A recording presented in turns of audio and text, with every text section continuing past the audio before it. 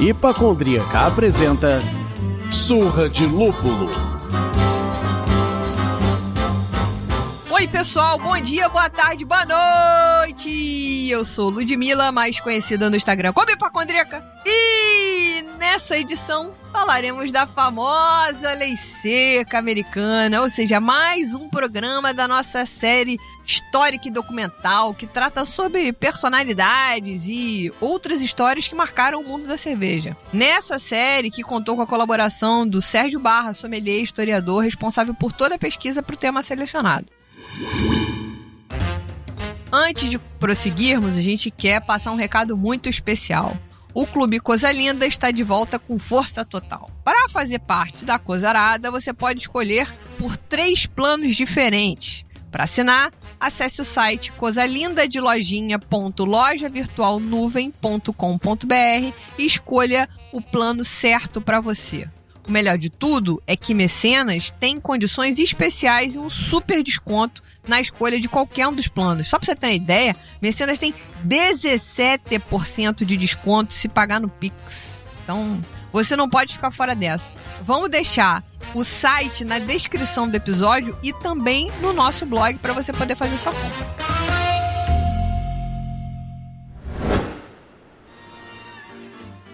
Olá, Lud, como é bom estar aqui de novo, gravando mais uma edição histórica, e eu sou o Leandro, mas hoje vocês podem me chamar de Consigliere. Tá com uma trilha sonora de Poderoso Chefão aí, por favor, só para completar.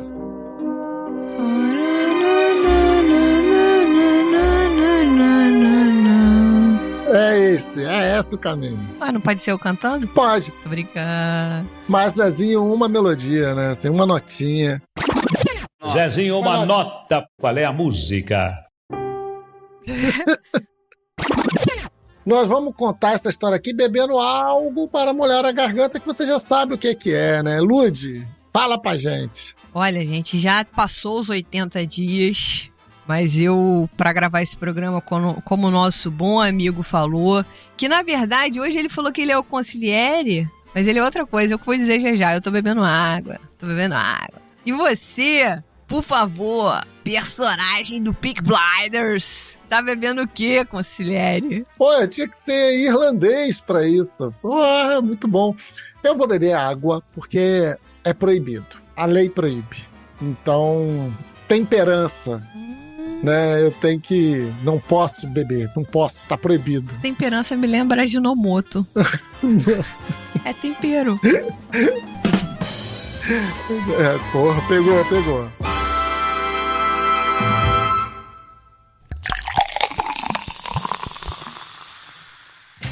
E você aí que tá nos ouvindo, provavelmente bebendo uma cervejinha porque agora pode, quer nos ajudar, mas a grana tá curta, não tem problema nenhum. Faça isso antes que alguns problemas comecem a acontecer. Vai que, né? Podemos ser pessoas supersticiosas. Ajuda a gente a chegar mais longe. Basta enviar o link desse episódio para um amigo que gosta de cerveja artesanal. Histórias sobre True Crime. Aqui é o True Crime, tá? Ou compartilhar nas suas redes sociais marcando a gente. Estamos em diversas plataformas de streaming, mas aquele coração que enche de amor e alegria quando rolam 5 estrelinhas no Spotify. Agora, se você fechar o combo 5 estrelas mais comentário no Spotify ou Apple Podcast, a gente pira de alegria. As avaliações ajudam as plataformas a entenderem que nosso conteúdo é relevante e melhoram muito a distribuição dos episódios. E digo mais, se fizer isso, o Kitó começa a cumprir promessas. Ih, pronto, é você prometendo coisa pelos outros. Vou deixar um legado. Ih, pai, vamos lá.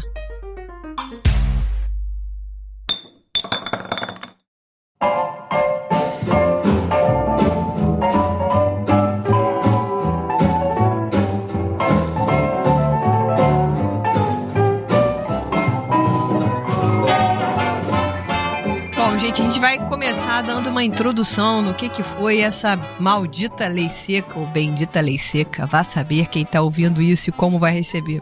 Pode-se afirmar, sem medo de errar, que a lei seca, ou em termos historicamente mais precisos, a 18ª emenda à Constituição dos Estados Unidos da América, é um dos eventos mais importantes da história da cerveja do século XX. Ela foi ratificada por 36 dos então 48 estados norte-americanos em janeiro de 1919, com previsão de entrada em vigor um ano depois. A lei proibia a fabricação, transporte e venda de bebidas com teor alcoólico maior de 0,5% em todos os territórios dos Estados Unidos da América e colocou na ilegalidade de uma hora para outra a quinta maior indústria do país. Eles são loucos. A aprovação da 18ª emenda não aconteceu do dia para a noite. Foi a culminância de um longo processo que se iniciou na primeira metade do século XIX e encontra as suas origens nos movimentos pró-temperança, impulsionados principalmente, mas não exclusivamente, por grupos religiosos. Grupos que uniam pautas que nos dias de hoje nos parecem loucura, como a proibição das bebidas alcoólicas, a abolição da escravidão e os direitos políticos das mulheres. Nem sempre a importância da lei seca é corretamente avaliada por autores do meio cervejeiro. É muito comum ver a explicação, entre aspas, de que a lei seca teria sido responsável pelo domínio das American Lagers no mercado de cerveja, não só nos Estados Unidos, mas no mundo. A proibição das bebidas teria desacostumado o paladar dos consumidores a cervejas amargas. Mas apesar de muito repetida, essa é uma daquelas explicações que não encontram qualquer suporte documental. A relação entre os dois fatos certamente existe, mas não é exatamente essa. A explicação também deixa de levar em conta outros acontecimentos importantíssimos da história mundial, contemporâneos, para que a lei seca tivesse acontecido, como as duas guerras mundiais e a Grande Depressão. Por outro lado, essa história tão repetida também não presta atenção àquele que talvez tenha sido o principal efeito da proibição sobre o paladar alcoólico do público estadunidense, uma maior inclinação ao consumo de drinks e bebidas destiladas no lugar de cerveja, invertendo a tendência de consumo que vinha se desenhando antes da entrada em vigor da lei. Enquanto os speakeasies, que são esses bares escondidos, se criava uma cultura de coquetéis e drinks, a indústria cervejeira norte-americana já recebia um duro golpe. E isso fez desaparecer boa parte das cervejarias existentes antes da entrada em vigor da lei e sentenciou à morte alguns estilos históricos produzidos desde o século XIX, como, por exemplo, a Kentucky Common e as pré-prohibition, que são as Porter e Lager. Essa última foi substituída depois da revogação da lei pela sua versão menos alcoólica e menos amarga, que aí sim dominará aos poucos o mercado mundial de cerveja. Por fim, entrando no perigoso território da especulação e da história contrafactual, se não fosse a lei seca, talvez a escola cervejeira norte-americana, nascida após a revogação da proibição do homebrewing pelo presidente Jimmy Carter em 1978, tivesse surgido antes, a partir daquelas cervejarias e estilos que já existiam nos Estados Unidos desde o século XIX. Mas esse caminho foi definitivamente bloqueado pela entrada em vigor da 18ª emenda. E a indústria cervejeira dos Estados Unidos teve que se reinventar praticamente do zero.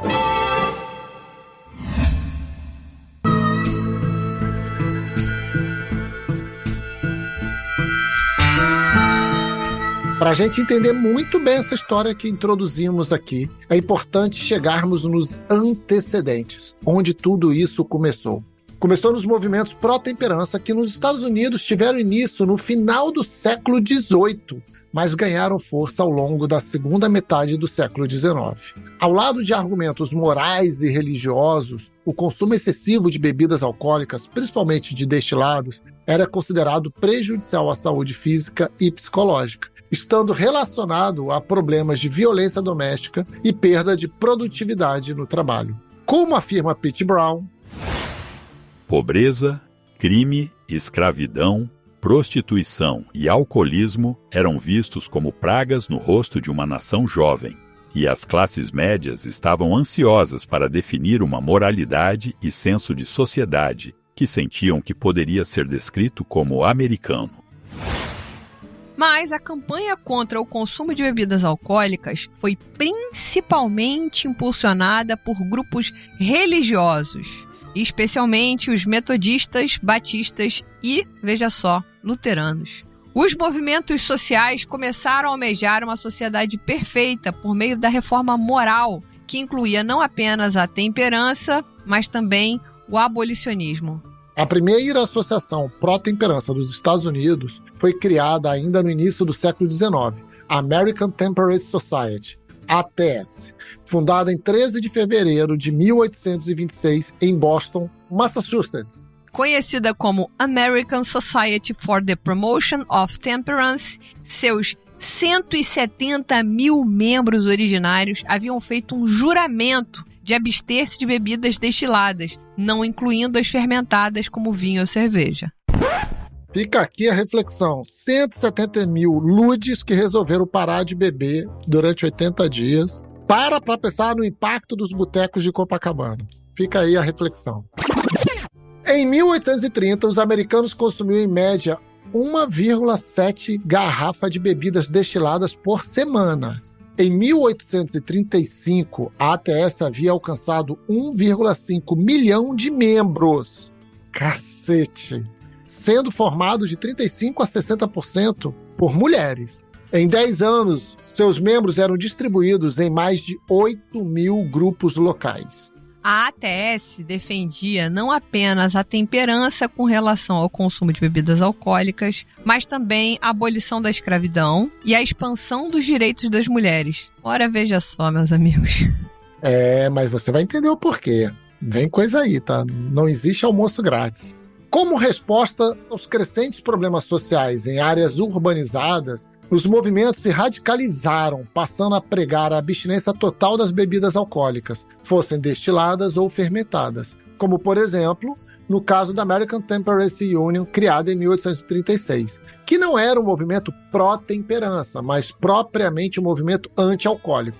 As duas correntes de pensamento continuaram a conviver ao longo de todo o século XIX, até a aprovação da 18ª emenda, no início do século seguinte. Após a década de 1850, na medida em que os movimentos pró-temperança ou anti-alcoólicos foram ganhando força, os esforços corretivos para facilitar a recuperação de alcoólatras foram se consolidando na aprovação de leis preventivas de proibição de produção e consumo. Em 2 de junho de 1851, foi aprovada no estado de Maine, fica no nordeste dos Estados Unidos, uma lei que proibia a fabricação e venda de bebidas alcoólicas, exceto para, abre aspas, fins medicinais, mecânicos ou de fabricação industrial, fecha aspas. O exemplo do Maine rapidamente se espalhou para outros lugares. Em 1855, um total de 12 estados se juntaram ao Maine na proibição total, dos quais Delaware, Massachusetts, Rhode Island, Connecticut,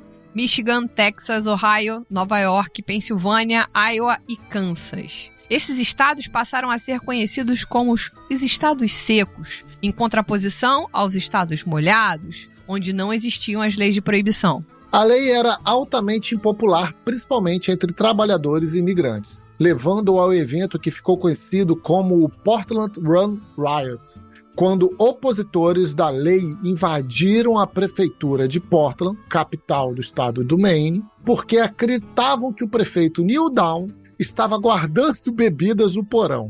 O prefeito ordenou às forças de segurança que atirassem contra os manifestantes, matando 1 e ferindo 7. O acontecimento serviu de motivação para a revogação da lei em 1856. No mesmo ano, em 1855, aconteceu em Chicago episódio semelhante, que ficou conhecido como a Revolta da Lager de Chicago, ou Chicago Beer Riot, quando o prefeito Levi Bone, um pastor batista e defensor da temperança, decretou que os bares permanecessem fechados aos domingos por acreditar que ter estabelecimentos de bebidas abertos no final de semana profanava os mandamentos. Enquanto o Conselho Municipal, que tinha 6 dos seus 10 assentos ocupados por representantes do mesmo partido do prefeito, decidiu aumentar o custo da licença para a venda de bebidas alcoólicas de $50 para $300, renovável trimestralmente. Além de prejudicar fabricantes e comerciantes de cerveja, essas medidas afetaram principalmente os hábitos de operários imigrantes alemães e irlandeses que utilizavam os bares para socializar com seus conterrâneos no seu único dia de folga, o domingo. Ao lado de argumentos religiosos, essas medidas tinham um nítido caráter xenofóbico que não passou desapercebido pelos imigrantes. No dia 21 de abril daquele ano, mais de 200 pessoas deveriam ser julgadas pelo Tribunal de Justiça de Chicago por violação tanto da licença quanto das ordenanças dominicais. Centenas de manifestantes encheram a sala do tribunal e os seus corredores externos e acabaram por entrar em confronto com a polícia. No mesmo dia, ondas de imigrantes vindos da parte norte invadiram o centro da cidade tocando flautas e tambores. A polícia disparou contra os manifestantes, que revidaram, havendo mortes dos dois lados. Canhões carregados foram posicionados na praça do tribunal para conter os manifestantes. Também nesse caso, a revolta levou à suspensão da lei logo no ano seguinte. Parece o carnaval no Rio, né, porra? É isso que eu ia falar. Vê uma marcha, vê uma banda, e aí a galera atira. Não, cara, os caras armados com flauta e tambor e a galera dando tiro, velho. Exato, pô. Mas olha só que surpresa. Os policiais americanos, a polícia americana, os americanos com arma na mão atirando. Não é que surpresa, rapaz? Eles atiram quando eles estão com a arma na mão. Uau! Com a eclosão da Guerra Civil Americana, também chamada de Guerra de Secessão, em 1861, a questão da temperança foi empurrada para segundo plano na bússola moral da sociedade norte-americana. Ela foi substituída pela questão da abolição da escravidão. A Cruzada Seca, por assim dizer, foi ressuscitada pela criação do Partido Nacional da Proibição, o Prohibition Party, que aqui no Brasil seria a festa da proibição. Exato, eu pensei nesse trocadilho. Eu falei, caramba. Enfim, isso tudo aconteceu em 1969. E a Associação das Mulheres Cristãs pela Temperança, WCTU, em 1873. Apesar de ter a proibição das bebidas alcoólicas no nome, a primeira plataforma do Prohibition Party incluía também a eleição direta de senadores, moeda baseada em prata e ouro, tarifas baixas, sufrágio universal para homens e mulheres de todas as raças e aumento da imigração estrangeira. A gente desconfia? A gente desconfia se o santo né? A gente desconfia. Se a esmola é demais, o santo desconfia.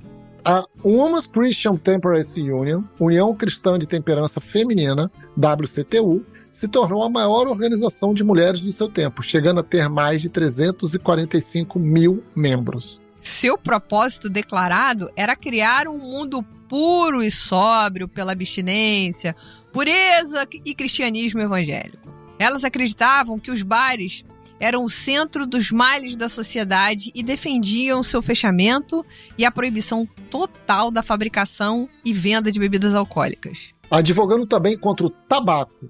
A princípio, usavam uma mistura de oração e ação direta e confrontacional, evitando o envolvimento em política. Vamos quebrar o pau, mas não vamos se envolver com política, não. Quando a educadora Frances Elizabeth Willard se tornou presidente da WCTU em 1879, ela defendeu que a organização apoiasse qualquer partido que defendesse a proibição do álcool. Passando a atuar também politicamente, a WCTU passaria a apoiar o Prohibition Party até a morte de Willard em 1898. A organização militava também pelo sufrágio feminino e por direitos trabalhistas, sempre tendo em vista os efeitos positivos dessas medidas na vida familiar.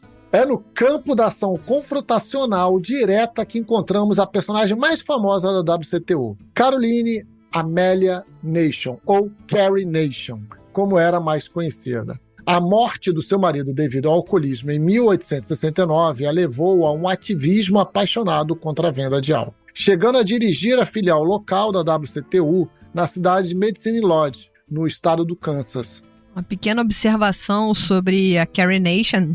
Existe uma cerveja da Proa, cujo nome é Carrie Nation, em homenagem a Caroline. Enfim. Eita! A propósito, ela fazia protestos pacíficos em bares, cantando hinos religiosos sozinha ou acompanhada de outras mulheres. Insatisfeita com os resultados, passou a adotar métodos um pouco mais não ortodoxos, violentos. Em 7 de junho de 1900, destruiu a pedradas o estoque de bebidas de um salão, repetindo o ato nos meses seguintes, em salões por todo o Kansas. Até que um dia, o seu segundo marido falou em tom de brincadeira que ela deveria usar uma machadinha para causar mais dano. A resposta de Nation foi simplesmente: essa é a coisa mais sensata que você disse desde que me casei com você. Vamos bater palma para esse segundo marido que não reclamou dela estar militando contra a morte do primeiro marido. Porra, esse cara era... É um evoluído, porra, né? Era masculinidade firme, forte. Não tinha masculinidade frágil. Não estava ameaçado pelo fantasma. Não tava, até porque ele foi casado com a Carrie Nation, que, porra, topou levar a machadinha pra lá e pra cá, né? Então, ele também sabia onde que o buraco era mais embaixo ali, né?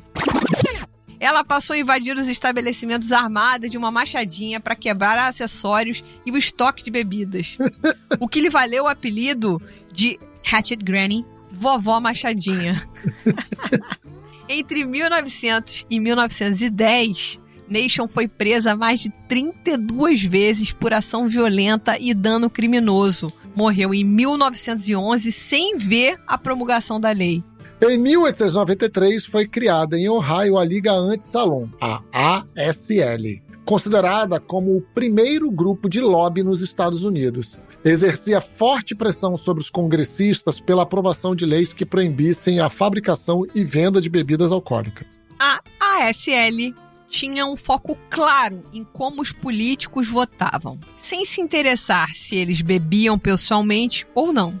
Ela apoiava candidatos políticos secos e pressionava os vacilantes. Além da pressão direta sobre os políticos, a ASL realizou também uma campanha de demonização da bebida, utilizando estudos supostamente científicos e outras histórias assustadoras, como nos informa Brown.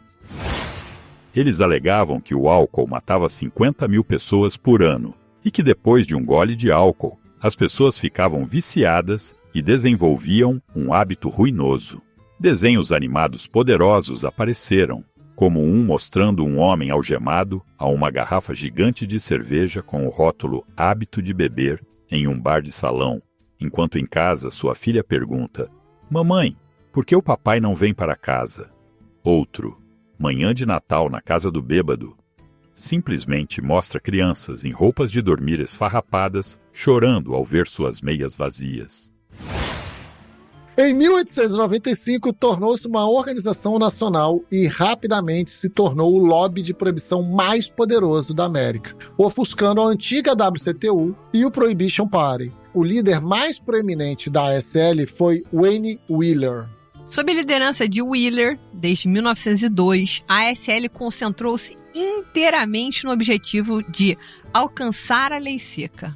Ele era contrário para todas as medidas de redução do consumo de álcool através de tratamento e educação. O seu método, que ficou conhecido como Wheelerismo, incluía a persuasão direta daqueles que estavam no poder. E as táticas utilizadas eram ameaças de retirar apoio à campanha, endossar e financiar os oponentes dessa pessoa, revelar informações embaraçosas para obter o apoio às restrições que eles estavam propondo ao comércio de bebidas alcoólicas e etc. Durante os anos Wheeler, a ASL elegeu vários funcionários e legisladores estaduais e membros do Congresso. Wheeler expandiu habilmente a influência da ASL através de alianças oportunas com os defensores de outras causas. Um de seus principais sucessos foi apoiar o movimento pelo sufrágio feminino na crença de que as mulheres apoiariam os candidatos da ASL nas urnas. Porém, por outro lado, a ASL fez também alianças com o Ku Klux Klan, em estados como Alabama,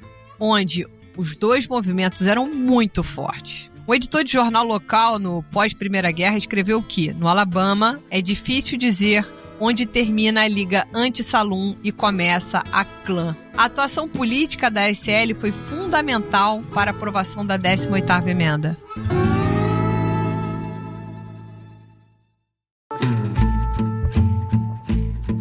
Falando da aprovação da 18ª emenda, vamos falar sobre como ela foi aplicada, porque em janeiro de 1917, os secos superaram os molhados por 140 a 64 no Partido Democrata e 138 a 62 entre os republicanos. Em abril daquele mesmo ano, os Estados Unidos declararam guerra à Alemanha, entrando na Primeira Guerra. Os imigrantes alemães e seus descendentes, uma grande força anti-proibição, foram marginalizados e ignorados. A guerra forneceu uma nova justificativa a favor da proibição, a de que proibir a produção de bebidas alcoólicas permitiria que mais recursos fossem dedicados ao esforço de guerra, especialmente os grãos que seriam utilizados para fazer o álcool. Uma resolução pedindo uma emenda constitucional para realizar a lei seca em todo o país foi introduzida no Congresso e aprovada por ambas as casas em dezembro de 1917. Porém, a Primeira Guerra terminou em 11 de novembro de 1918, antes que a lei seca nacional fosse promulgada. A maioria dos economistas, durante o início do século XX, era a favor da promulgação da 18ª emenda. Simon Patten, um dos principais defensores da proibição, previu que a proibição acabaria acontecendo nos Estados Unidos por razões competitivas e até evolutivas.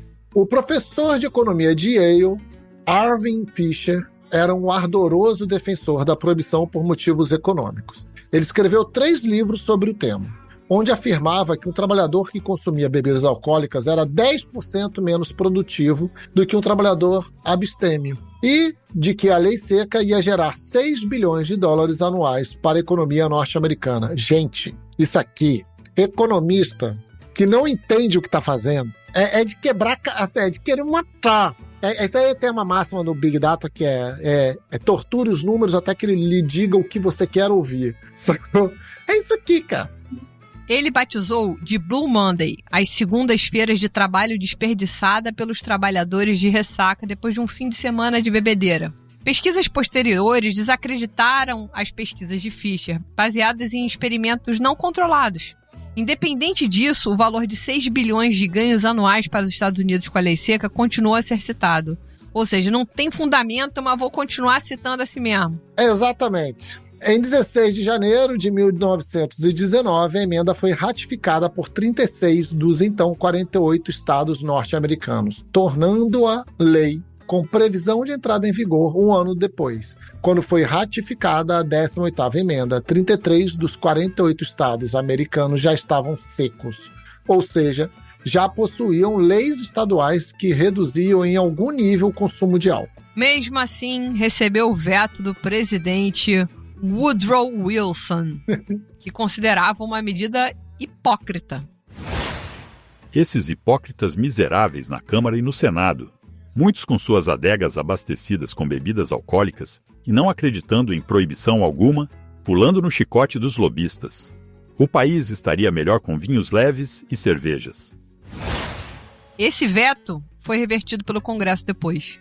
A 18ª emenda entrou em vigor em 17 de janeiro de 1920, juntamente com a Lei Volstead, que a regulamentava, batizada em homenagem ao congressista proibicionista Andrew Volstead, definindo bebidas alcoólicas como todas aquelas com mais de 0,5% de teor alcoólico, proibindo a fabricação, venda ou transporte de licores embriagantes dentro dos Estados Unidos e de todos os territórios submetidos à sua jurisdição, bem como a sua importação para os mesmos. Nenhuma pessoa deverá, na data ou após a data em que a 18ª emenda à Constituição dos Estados Unidos entrar em vigor, fabricar, vender, trocar, transportar, importar, exportar, entregar, fornecer ou possuir qualquer bebida alcoólica, exceto conforme autorizado nesta lei, e todas as disposições desta devem ser liberalmente interpretadas para o fim de que o uso de bebida alcoólica como bebida possa ser evitado. A lei também continha uma série de exceções e isenções que foram aproveitadas por todos aqueles que pretendiam burlá-la. Havia, por exemplo, a permissão de fabricação e venda de alcoólicos para outros fins que não bebidas, como para o uso em pesquisas científicas. Permitiu o uso de álcool sob prescrição médica, até o limite de 1 litro a cada 10 dias. ou para pastores, padres, ministros, rabinos e outros que praticavam ações religiosas, podiam adquirir uma licença para fornecer álcool apenas para os fins sacramentais. E também era permitida a fabricação caseira de até 200 galões por ano, equivalente a cerca de 1.000 garrafas de 750 ml. Olha. Não é tão ruim assim não, vira cervejeiro caseiro, ó. Importante ressaltar que a proibição não incluía a compra ou o consumo de bebidas alcoólicas. Muitas pessoas estocaram vinhos e licores para o uso pessoal no final de 1919, antes que as vendas de bebidas alcoólicas se tornassem ilegais em janeiro de 1920. Eles compravam os estoques de varejistas e atacadistas de bebidas alcoólicas que, a partir de então, estariam proibidos de vendê-los. E, em uma semana após a entrada em vigor da lei, pequenos alambiques portáteis estavam à venda em todo o país para quem quisesse produzir o seu destilado em casa. A proibição entrou em vigor à 00:01 da madrugada de 17 de janeiro de 1920. E a primeira infração documentada da lei Volstead ocorreu em Chicago ao 12:59 do mesmo dia. De acordo com os relatórios policiais, 6 homens armados roubaram $100 mil em uísque medicinal de 2 vagões de trem de carga. Foram encarregados da aplicação da lei 1.520 agentes de 2 órgãos federais: o Gabinete de Aplicação da Lei da Guarda Costeira dos Estados Unidos e o Gabinete de Proibição, Bureau of Prohibition. Primeiramente submetido ao Departamento do Tesouro e, a partir de 1930, ele foi submetido ao Departamento de Justiça dos Estados Unidos. Logo ficou claro que aquele efetivo não era suficiente. Nos primeiros 6 meses de 1920, o governo federal abriu 7.291 casos por violações da lei Volstead. No primeiro ano fiscal completo de 1921, o número de casos de violação da lei saltou para 29.114 e aumentaria dramaticamente nos 13 anos seguintes. No seu auge, o Bureau of Prohibition contava com 2.300 agentes. A primeira dificuldade encontrada foi a sua fiscalização em todo o território nacional, que não conseguiu impedir o contrabando de bebidas, né? Muitas vezes facilitado pela conivência dos agentes públicos e de seguranças que eram corruptos ou bêbados, ou as duas coisas. Corruptos e bêbados. Como o álcool era legal em países vizinhos, destilarias e cervejarias no Canadá, México e Caribe floresceram, pois seus produtos eram consumidos por americanos visitantes ou contrabandeados para os Estados Unidos ilegalmente. Como nos informa Pete Brown, não há números sobre a quantidade de bebida contrabandeada pela fronteira canadense, mas as receitas de impostos sobre bebidas para o governo canadense aumentaram 4 vezes durante a lei seca. Ao mesmo tempo em que as estatísticas de consumo sugerem que a quantidade de bebidas alcoólicas consumidas pela população canadense caiu praticamente pela metade. Ou seja, só quem bebia no Canadá eram os americanos, meus amigos. Exatamente. O mercado de bebidas contrabandeadas enriquecia mafiosos e era alvo de uma disputa pelo seu controle entre grupos de gangsters, marcada por confrontos violentos e assassinatos. Até 1920, grupos mafiosos e gangues limitavam suas atividades principalmente à prostituição, jogos de azar e roubo. O contrabando de álcool ilegal fez surgir uma nova e lucrativa área de atuação para esses grupos. Foi o caso, por exemplo, da organização criminosa conhecida como Chicago Outfit, criada em 1910, que chegou a ser a maior, mais poderosa e mais violenta organização criminosa de Chicago. Quando a lei seca entra em vigor, a gangue se envolve no contrabando ilegal de bebidas. Era dirigida pelo imigrante italiano Johnny Torrio, que tinha como seu guarda-costas e braço direito o filho de imigrantes italianos chegado há pouco de Nova York, chamado como Alphonse Gabriel Capone, mais conhecido como Al Capone. Em 1925, após sofrer um atentado, Torrio se aposentou e se mudou para Nova York, deixando a direção pro garoto. Assim, dirige a gangue aí, Capone. Pois é. Durante a lei seca, Capone se envolveu com contrabandistas canadenses que o ajudaram a contrabandear bebidas alcoólicas para os Estados Unidos com proteção policial e política. Uma vez que a Chicago Outfit comprava departamentos inteiros de polícia e fazia grandes doações para campanhas de políticos simpáticos às atividades da organização. O confronto entre gangues rivais levou ao aumento da criminalidade. Qualquer estabelecimento que se recusasse a comprar bebidas alcoólicas de Capone frequentemente explodia. Se tornaram comuns assassinatos e tentativas de assassinatos de rivais, que aconteciam à luz do dia e em ruas movimentadas. Em 1928, a gangue Capone atuou nas violentas eleições primárias de Illinois. Capone havia doado $250 mil para a campanha corrupta de Big Bill Thompson, apelido de William Hale Thompson, para prefeito, e em seguida usou seus gangsters para intimidar, agredir e bombardear os rivais políticos de Thompson em uma tentativa de manter o Partido Republicano no poder.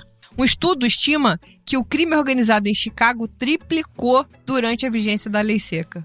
Eu gosto como ele escalava a coisa, né? Intimidação, agressão e bomba. Claro, porque se você só fica na promessa, pai, aí não dá. Não, tem que fazer.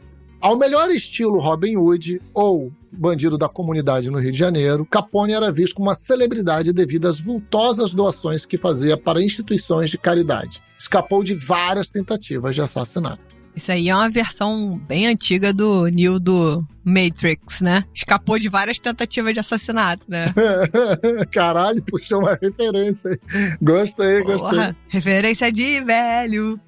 Em 1931, foi finalmente indiciado por 22 acusações de sonegação de imposto de renda entre 1925 a 1929 e por 5 mil violações da lei Volstead, sendo sentenciado a 11 anos de prisão federal, multado em $50 mil, mais 7.692 por custas judiciais e 215 mil a mais de juros dos seus impostos atrasados. Mas veja só, primeiro ele foi pego com a sonegação, meus amigos. Exato, o que pegou ele foi a Lei Rico, não foi a proibição. Já tinha Lei Rico aí nessa época? É porque eu sei que a Rico sempre pegou as pessoas. Eu acho que foi a inauguração da Lei Rico, entre aspas, assim, sabe? Os primeiros processos. Mas vale a pena fazer uma pesquisa depois. Posso estar tirando coisa do cinema, que eu via muito filme de máfia, amava. Amo ainda. A bebida contrabandeada era vendida em bares clandestinos, os famosos speakeasy, também conhecidos como fala embaixo, em tradução literal. Chamados também de Blind Pig ou Blind Tiger. Importante ressaltar que os speakeasy existiam nos Estados Unidos pelo menos desde a década de 1880, segundo o The New York Times, que atribuiu a criação do termo a Kate Hester, dona de um bar que funcionava sem licença, que dizia a seus clientes barulhentos para falarem baixo, para não chamar a atenção das autoridades. Outros 2 termos se devem a uma estratégia de proprietários de estabelecimentos ilegais que cobravam dos clientes para ver uma atração, como um animal, e então serviam uma bebida alcoólica de cortesia, porque eles são muito gente boa. Os speakeasy foram uma forma que os bebedores encontraram para manter os seus hábitos de consumo de álcool, e dos proprietários de bares de manterem as suas receitas. Eles funcionavam no porão ou nos fundos de outros estabelecimentos de fachada e vendiam o álcool contrabandeado. A qualidade do álcool vendido nesses bares escondidos podia variar de muito boa a muito ruim, dependendo da fonte onde o proprietário conseguisse o seu abastecimento. Foi nos speakeasies que se desenvolveram muitos novos drinks no intuito de mascarar a má qualidade do álcool servido. Gente, isso aqui é o antigo dry hopping, né? Deu uma merda na IPA, chapa o dry hopping. Os speakeasies não precisavam ser grandes para operar. Bastava uma garrafa e 2 cadeiras para fazer um speakeasy. Um agente da lei seca calculou que em 1926 havia 100 mil deles apenas em Nova York. Contavam, inclusive, com visitas de autoridades locais entre os seus clientes regulares. Embora a polícia e os agentes do Bureau of Prohibition frequentemente os invadissem e prendessem seus donos e clientes, eles eram tão lucrativos que continuaram a florescer.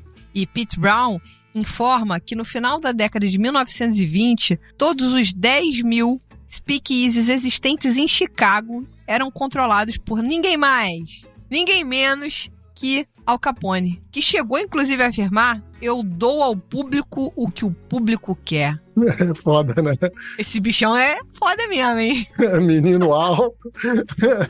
Um efeito inesperado da proibição foi uma maior aceitação social da presença de mulheres nesses ambientes clandestinos. Antes da lei seca, as mulheres que bebiam em público em bares, especialmente fora de grandes centros urbanos como Chicago ou Nova York, eram vistas como imorais ou provavelmente eram prostitutas. Depois da proibição, as mulheres encontraram seu lugar até mesmo no negócio do contrabando, com algumas descobrindo que poderiam ganhar a vida vendendo álcool, com uma probabilidade mínima de levantarem suspeita por parte da polícia. Foi o caso de Texas Guinan, nome artístico de Mary Louise Cecilia Guinan, uma ex-atriz de cinema e teatro que abriu diversos bares clandestinos durante a lei seca, como, por exemplo, o 300 Club e o El Fay. Como ficou dito acima, entre as exceções previstas na lei estava a de que os médicos podiam prescrever álcool medicinal para seus pacientes. Apenas 6 meses após a entrada em vigor da lei seca, 15 mil médicos e 57 mil farmacêuticos receberam licenças para prescrever ou vender álcool medicinal. Isso aí ficou, para mim, parecido com a história do Oxy. Pô, total. É que, enfim, o álcool é ruim, mas o Oxy é o álcool piorado a, sei lá, não sei nem qual potência dizer, entendeu? Mas é isso, você pega e fala assim, o álcool medicinal pode. E aí você bebe quem tem receita médica, né? Enfim. Os médicos prescreveram cerca de 11 milhões de receitas por ano ao longo da década de 1920. O comissário da lei seca, John F. Kramer, afirmou que um único médico prescreveu 475 receitas de uísque em um único dia. Vamos dizer ainda que não era difícil para as pessoas escreverem e prescreverem receitas médicas falsas. Algumas farmácias vendiam vinho medicinal com cerca de 22% de teor alcoólico. Para justificar a venda, o vinho recebia um sabor medicinal artificial. Contrabandistas compravam formulários de receitas de médicos corruptos. Em 1931, 400 farmacêuticos e 1.000 médicos foram pegos em um golpe em que vendiam formulários de receitas assinados para os contrabandistas. Fazer álcool em casa se tornou comum durante a vigência da lei. A venda de suco de uva não era restringida pela lei. Então, as lojas vendiam concentrado de uva, conhecido como tijolos de vinho ou blocos de vinho, com rótulos de advertência que listava as etapas que deveriam ser evitadas para que o suco não fermentasse e transformasse em vinho. Abre aspas. Após dissolver o tijolo em um galão de água, não coloque o líquido em uma jarra no armário por 20 dias, porque então ele se transformará em vinho. A demanda levou os produtores de uva da Califórnia a aumentar suas terras cultivadas em cerca de 700% durante os primeiros 5 anos da lei seca. Outra bebida muito fabricada, principalmente nas áreas rurais de Virgínia, Virgínia Ocidental, Kentucky, Carolina do Norte, Carolina do Sul, Geórgia e Tennessee, era um destilado forte chamado de gin de banheira ou moonshine. Isso tem aonde? Onde que tem moonshine? Quem ressuscitou moonshine no mercado artesanal brasileiro? Leandro? Cara, não sei quem ressuscitou moonshine. Juan Caloto. Quem seria? Ah, caralho, perfeito! Eu tinha uma referência de moonshine de filmes de Velho Oeste, de histórias de quadrinho de Velho Oeste. Eu tinha referência disso, tanto que quando aqui na história que a gente tá contando durante a lei seca, assim, eles devem ter revivido essas receitas, né? Ressuscitado os moonshine, que eu tinha referência coisa antiga. Cabeça de Juan e Calote não dá, mas enfim, é isso. Cara, eu quero beber o moonshine da Juan Calote. Eu quero beber, vou comprar. Batizado dessa forma, não porque era misturado em banheiras, mas porque se usava a água do chuveiro para diluí-lo. Não quero beber mais. Desista. Qualquer pessoa podia comprar de forma totalmente legal os ingredientes para a fabricação de bebidas alcoólicas como vermute, scotch e álcool etílico em lojas que simpatizassem com a causa dos molhados. Parece que o jogo virou, não é mesmo? Oh! Quando o Departamento do Tesouro começou a adicionar veneno ao álcool industrial para impedir a sua utilização para a produção de bebidas. Primeiramente, o governo federal ordenou a desnaturação dos álcools industriais. o que significava que eles deveriam incluir aditivos para torná-los desagradáveis ou venenosos. Eu teria aqui um outro gancho, mas ele é muito de mau gosto e eu não farei. Tá bom, tô curioso. Em resposta, os contrabandistas contrataram químicos que removiam com sucesso os aditivos do álcool. Óbvio, gente. A tréplica do Departamento do Tesouro exigiu que os fabricantes adicionassem mais venenos mortais, incluindo a combinação particularmente mortal referida como álcool metílico. Não vou passar a receita, porque é perigoso, né? Eu não vou ser responsável por quem vai ouvir esse programa e vai testar para saber se é realmente mortal, mas é bizarro, tá? Os legistas da cidade de Nova York se opuseram proeminentemente a essas políticas por causa do perigo para a vida humana. Alguém tinha que ter juízo nessa merda, né? Pelo amor de Deus. Porra, por enquanto tá em falta no mercado. O já citado líder da Liga Anti-Saloon, o tal lá da Wayne Wheeler, por outro lado, se opunha à utilização de substâncias não letais, como sabão, e argumentava que os venenos letais no álcool industrial eram uma medida aceitável, porque o governo não tinha obrigação de proteger a vida dos seus cidadãos se esses infringissem a lei ao consumir álcool. E aí, nessa negligência, lavar as mãos, né, como Pôncio Pilatos, ocorreram entre 10 mil e 50 mil mortes. Eu adoro essa precisão da pesquisa aqui. É algo entre 10 mil e 50 mil mortes. E o Wheeler argumentou que, em essência, as vítimas cometeram suicídio. A sua atitude insensível começou a mudar a forma como o público via a Liga Anti-Saloon e a própria lei seca.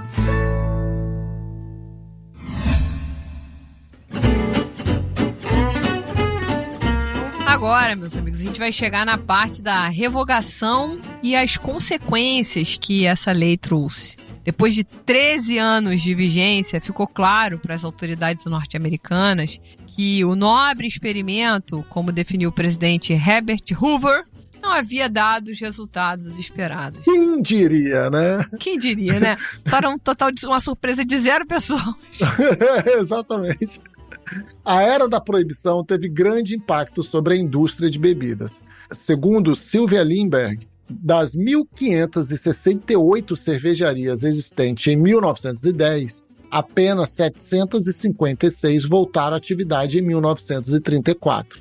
Pete Brown dá números diferentes. Fala de 1.392 cervejarias antes da proibição e 164 depois. Novamente, como você disse, essas previsões, assim, muito, né, muita disparidade, mas de toda forma foi um golpe muito severo. O número de destilarias foi reduzido em 85%. Historiadores da produção de vinho nos Estados Unidos defendem que a lei seca destruiu a incipiente indústria vinícola norte-americana. Produtores de vinho emigraram para outros países ou abandonaram completamente o negócio.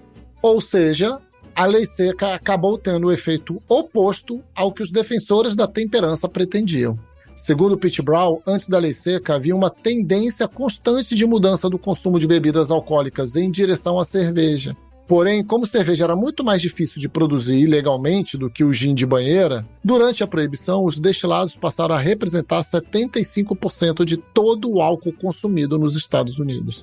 A partir de 1929, fatores como o aumento da violência entre gangsters e os gastos públicos para se tentar fazer cumprir a lei impulsionaram a discussão sobre a possibilidade de revogar a 18ª emenda. Em um estudo de mais de 30 grandes cidades, acho que em um estudo em mais de 30 grandes cidades, né? Isso. Em um estudo em mais de 30 grandes cidades nos Estados Unidos durante os anos da lei seca de 1920 e 1921, o número de crimes aumentou em 24%. Além disso, furtos e assaltos aumentaram em 9%, homicídios em 13%, agressões e espancamentos aumentaram em 13% também, dependência de drogas em 45%, e os custos do Departamento de Polícia aumentaram em 11,4%. Cadê aqueles 6 bilhões? Tá aí, ó, pra poder resolver essa cagada toda aí, tá? Tá ok?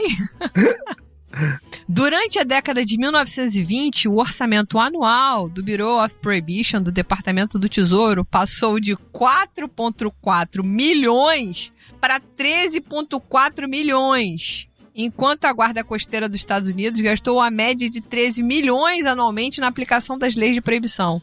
Apenas entre 1920 e 1927, 65 agentes do Bureau de Prohibition foram mortos, a imensa maioria por armas de fogo. É só bênção. É só bênção. Que sabedoria. A pá de cal sobre os argumentos econômicos em favor da lei seca foi a quebra da Bolsa de Nova York em outubro de 29, que jogou os Estados Unidos no período conhecido como a Grande Depressão. Os argumentos econômicos, então, viraram a favor da legalização da bebida. A lei seca criou um mercado paralelo que competia com a economia formal. Os governos estaduais passaram a necessitar com urgência da receita tributária gerada pela venda da bebida alcoólica. De acordo com um estudo da Washington State University, a lei seca causou uma perda de pelo menos 226 milhões por ano em receitas fiscais somente sobre as bebidas alcoólicas. Antes da implementação da Lei Volstead em 1920, aproximadamente 14% das receitas fiscais federais, estaduais e locais eram derivadas do comércio de álcool. Os defensores da proibição esperavam um aumento nas vendas de bebidas não alcoólicas para substituir o dinheiro obtido com a venda de álcool. Claro que isso não aconteceu. A retomada da indústria também geraria mais empregos, movimentando a economia e aumentando a arrecadação de impostos como um todo. Outra surpresa, né? Uau! O retorno da produção da cerveja em 1933 criou 81 mil empregos em um período de apenas 3 meses. Em 1932, Franklin Roosevelt concorreu à presidência com uma plataforma de revogação da proibição, vencendo a eleição em 42 dos 48 estados e obtendo 57,4% do total de votos. Em 22 de março de 1933, Roosevelt assinou uma ementa ao Volstead Act, conhecido como Cullen-Harrison Act, permitindo a fabricação de cerveja de cerca de 4% de ABV e vinhos leves. A proibição foi revogada à meia-noite do dia 7 de abril. 1 minuto depois, cervejeiros de Milwaukee, St. Louis, abriram seus portões e enviaram 15 milhões de garrafas de cerveja. A Anheuser-Busch, cervejaria criada em 1860 e sobreviveu aos anos de proibição, produzindo bebidas não alcoólicas à base de cereais, enviou a sua primeira remessa de Budweiser para a Casa Branca. Gênios. Obrigado, presida. No dia 5 de novembro de 1933, o Congresso dos Estados Unidos da América aprovou a 21ª emenda da Constituição norte-americana. Essa emenda revogou a 18ª emenda, aprovada 13 anos antes. Até hoje, a 18ª emenda é a única emenda à Constituição dos Estados Unidos a ser revogada. Após sua revogação, alguns antigos apoiadores admitiram abertamente o fracasso. Por exemplo, John D. Rockefeller Jr. explicou sua opinião em uma carta de 1932. Quando a lei seca foi introduzida, eu esperava que fosse amplamente apoiada pela opinião pública e que logo chegaria o dia em que os efeitos malignos do álcool seriam reconhecidos.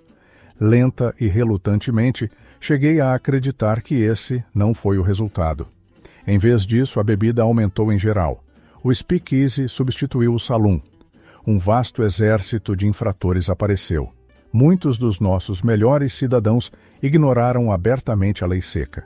O respeito pela lei foi muito reduzido e o crime aumentou para um nível nunca visto antes. Após a revogação da proibição nacional, 18 estados continuaram a proibição em nível estadual. O último estado, Mississippi, finalmente encerrou em 1966 a proibição. Portanto, apesar da revogação da proibição em nível nacional, 38% da população do país ainda vivia em áreas com proibição estadual ou local. Oh my God. Pelo amor de Deus, né? Putz, grila. Se muda, gente, se muda.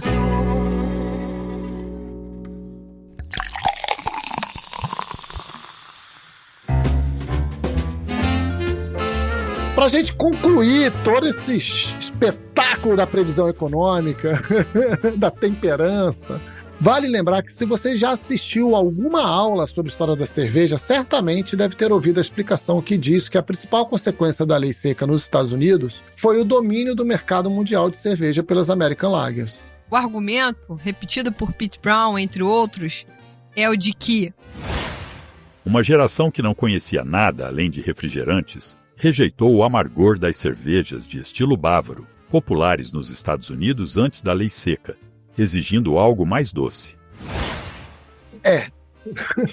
Como se as pessoas realmente tivessem parado de beber, né? Mas isso só poderia ser verdade se realmente tivesse havido uma geração que não conhecia nada além de refrigerantes. Ou seja, se tivesse acontecido, de fato, uma drástica redução no consumo de bebidas alcoólicas. O que não parece ter sido lá o caso. Obviamente, não existem estatísticas confiáveis a esse respeito, porque a maioria absoluta do álcool consumido durante a lei seca ou era ilegal ou era de fabricação caseira. Como esperamos que tenha ficado claro nesse episódio, a 18ª emenda proibiu a fabricação, venda e transporte de bebidas alcoólicas, mas não a posse ou o consumo de álcool, deixando várias brechas legais para que consumidores possuíssem bebidas alcoólicas ou mesmo as fabricassem em casa. Então, quem tinha o hábito de consumir bebidas alcoólicas antes de 1920 não parece ter encontrado dificuldade para continuar consumindo durante os 13 anos seguintes, principalmente as classes mais altas. Mesmo quem ainda não tinha idade para consumir bebidas alcoólicas em 1920, não parece ter tido dificuldade para conseguir um destilado ilegal durante a vigência da proibição, principalmente se seus pais fossem adeptos a um golinho. A ascensão das American Lagers parece ter começado ainda antes da proibição. Em 1901, a Anheuser-Busch já produzia 1 milhão de hectolitros do seu rótulo principal, a Budweiser, uma American Lager produzida com arroz. O que parece ter dado impulso para o domínio do mercado mundial pelas American Lagers foi não a lei seca, mas o cenário da crise econômica da Grande Depressão na década de 1930, que obrigou as cervejarias que sobreviveram aos anos da proibição a apostar na produção de cervejas mais baratas de se produzir e mais fáceis de se vender. Portanto, cervejas mais leves que alcançavam um maior público. Também temos a eclosão da Segunda Guerra Mundial, que desestruturou a produção de insumos e destruiu cervejarias na Europa, jogando o velho continente também em um cenário de crise econômica, o que ajudou as American Lagers a dominarem o mercado de cervejas também do outro lado do Atlântico. O principal efeito da proibição sobre o paladar alcoólico dos americanos dos Estados Unidos, e apenas deles, parece ter sido uma inclinação ao consumo de drinks e destilados no lugar da cerveja, como já falado aqui. Destilados que sempre foram o principal alvo das campanhas anti-alcoólicas e pró-temperança, e não a cerveja de fato. Então, atenção para não carregar nas tintas, no peso da lei seca, nos mercados de cerveja fora dos Estados Unidos, como se o que aconteceu ali impactasse o globo todo, e também na importância da cerveja como principal alvo da lei seca, que estavam muito mais atentos a destilados. Durante o século XIX e o início do século XX, o movimento da temperança se tornou proeminente em muitos países, particularmente nos de língua inglesa, escandinavos e protestantes majoritários, e eventualmente levou a proibição nacionais no Canadá entre 1918 e 1920, Noruega somente bebidas destiladas de 1919 a 1926, Bélgica, 1919, Finlândia, em 1919 a 1932, bem como proibições provinciais, como a na Índia, de 1948 até os dias atuais. Aqui vale perceber que na Bélgica tem só o ano 1919, ou seja, deve ter durado uma semana. Porra, eles têm juízo, né, meus amigos? Vai dar certo se não, vamos parar. Movimentos pró-temperança existindo também no Brasil, na mesma época. Mas como explica Tereza Cristina de Novaes Marques, no Brasil esses movimentos tinham um forte caráter elitista, vinculando o alcoolismo à pobreza e elegindo como alvo principal as classes populares e o seu hábito de beber cachaça. Como você já pode imaginar, essa condenação afetava particularmente a população negra. A cerveja, por sua vez, gerava controvérsias. De um lado, seus defensores argumentavam que ela passava por rígidos mecanismos de controle na sua produção e tinha qualidades alimentares e até mesmo medicinais. E eu quero ver um speakeasy com pandeiro e cavaquinho. Não existe speakeasy com pandeiro e cavaquinho. Não ia rolar nunca. Um detalhe importante é que essa argumentação se restringia a cervejas de baixa fermentação, não incluindo as cervejas de alta fermentação. Os defensores da proibição total, por outro lado, argumentavam que a cerveja podia ser a porta de entrada para o consumo de bebidas mais fortes. Já ouviu isso antes? que levariam à dependência irreversível e condenavam a associação entre cerveja e alimento. Porém, diante do perigo representado pelo consumo de bebidas destiladas de maior teor alcoólico, como a cachaça, pelas classes populares, a cerveja acabou sendo vista como um mal menor. Dessa forma, ao contrário do que aconteceu nos Estados Unidos, aqui os movimentos pró-temperança podem ter colaborado para fazer da cerveja a bebida preferida dos brasileiros. Valeu, temperado! Ahá! Te peguei!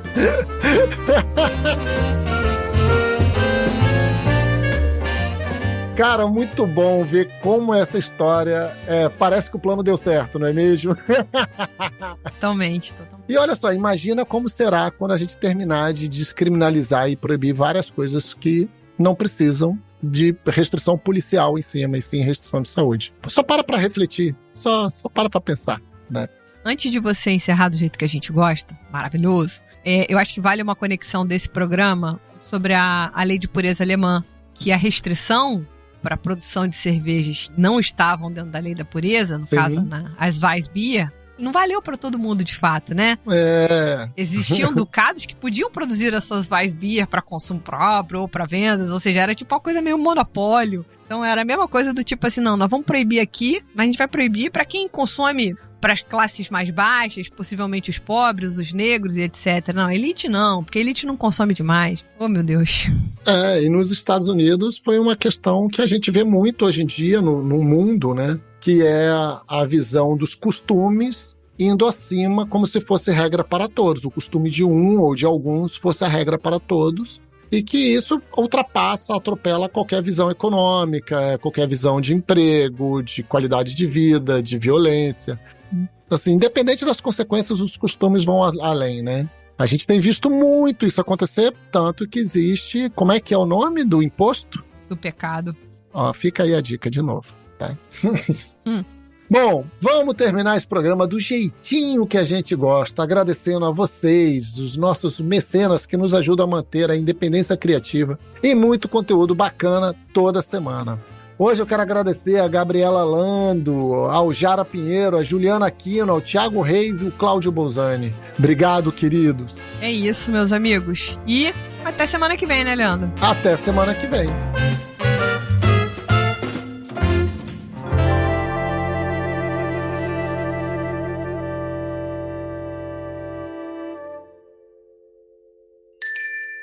Beba local. Beba com moderação.